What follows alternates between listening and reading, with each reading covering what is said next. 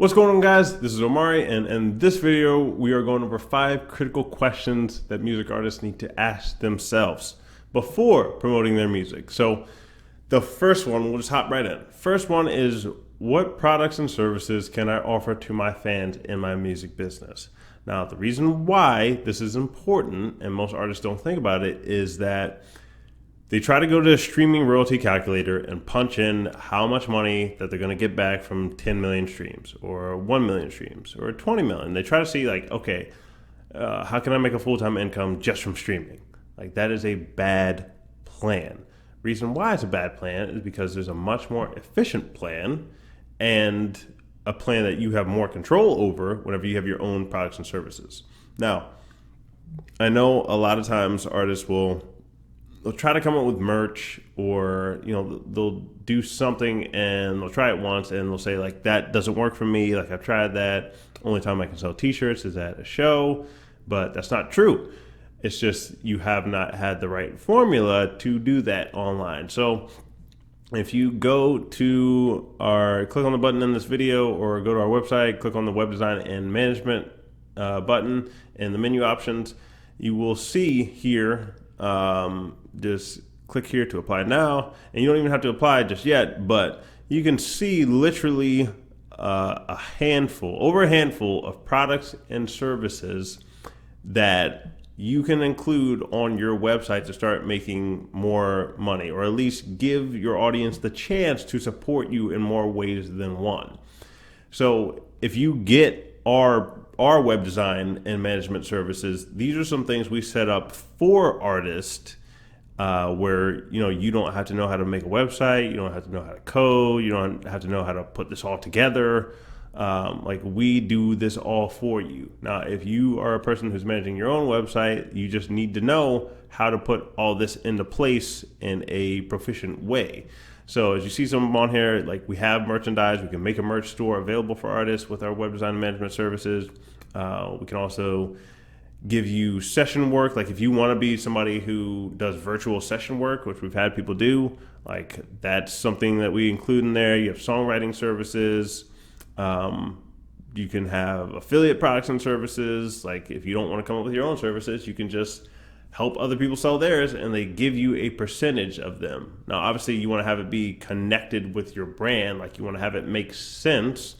Don't pick some random product and then just try to include that on your website as an artist, because you have a branding conflict. But these are a bunch of ways that artists can start to make more money from their music career.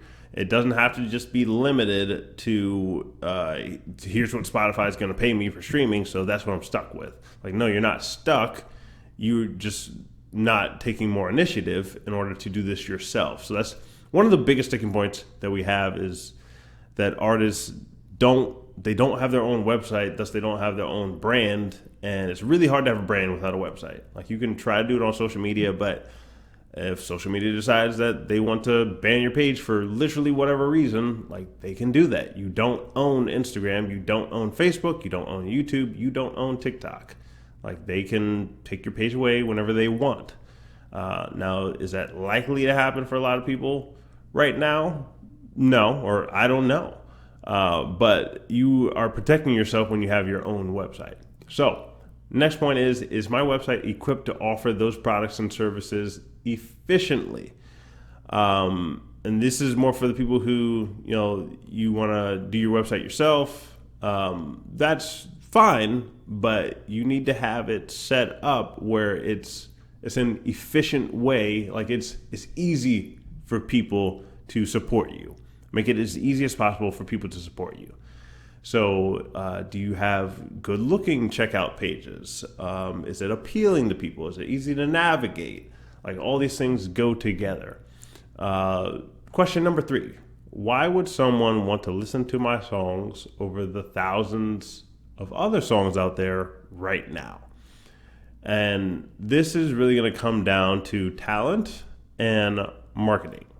So you need to both be talented. The song needs to sound good. You need to have it mixed and mastered. You need to be working on your vocals, working on your delivery, working on your instrumentation, and you're practicing. And you need to have the right marketing surrounding it. So it doesn't matter how good it sounds if nobody ever hears it. So you need to have both together. And then you ask yourself, like, why would somebody want to listen to my songs over somebody else's? Well, because either sounds better than a whole lot of other people, and like our marketing is way better. Like we get the message out there way better than other people. So that's why that question needs to be reflected on, because a lot of times people just think, oh, because I have a great song, it's just going to market itself. No, it won't. And then other people think that, oh, if I just get all the marketing together and I don't really practice on my craft, then that's going to work for me.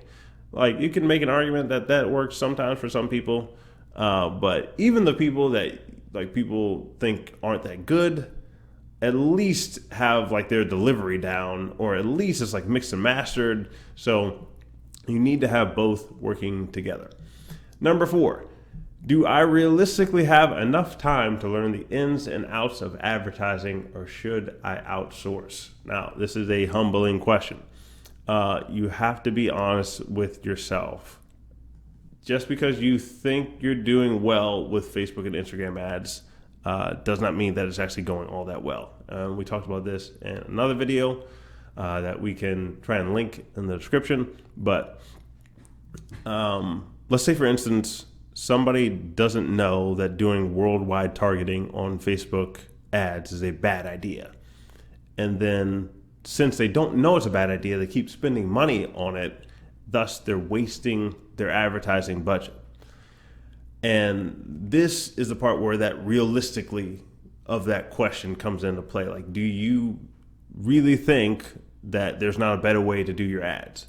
Do you really think that you have enough time to learn advertising in and out in order to be able to efficiently market your music and your music career?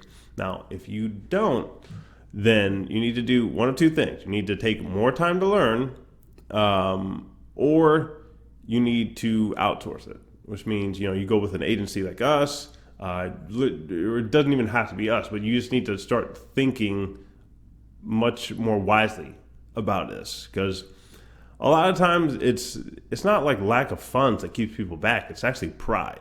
Like, people think like, oh, I'm going to do this all myself, when in reality there's people out there who spend decades and years figuring out the best ways to do something, and it's probably just wiser to just have them help you out, and then you can even just learn from them. Like we say with people all the times who get our Facebook and Instagram ad management, it's a lot wiser to just have a professional come in for a couple months and like redo your whole ad structure inside of your ad account, and then you can kind of just copy what they do at least.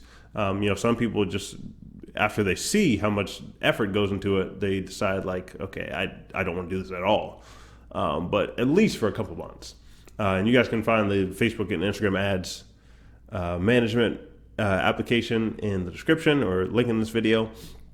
And then the last one, which platform should I focus my marketing efforts on?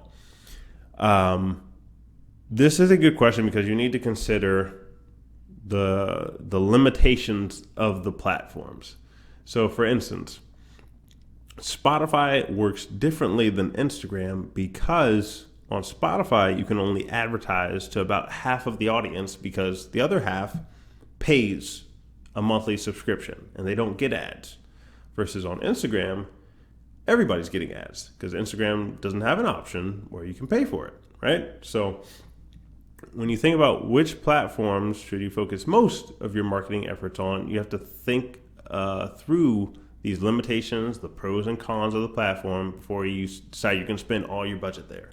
So usually we recommend people, you don't stick with one platform, because that's not diversifying your marketing spend, but you want to spread it out across. Maybe you have a bigger percentage go towards Instagram and Facebook, and a smaller percentage go towards Spotify, or you have like an equal percentage for Instagram and YouTube, and then a smaller percentage for TikTok and Spotify. It's usually what we recommend.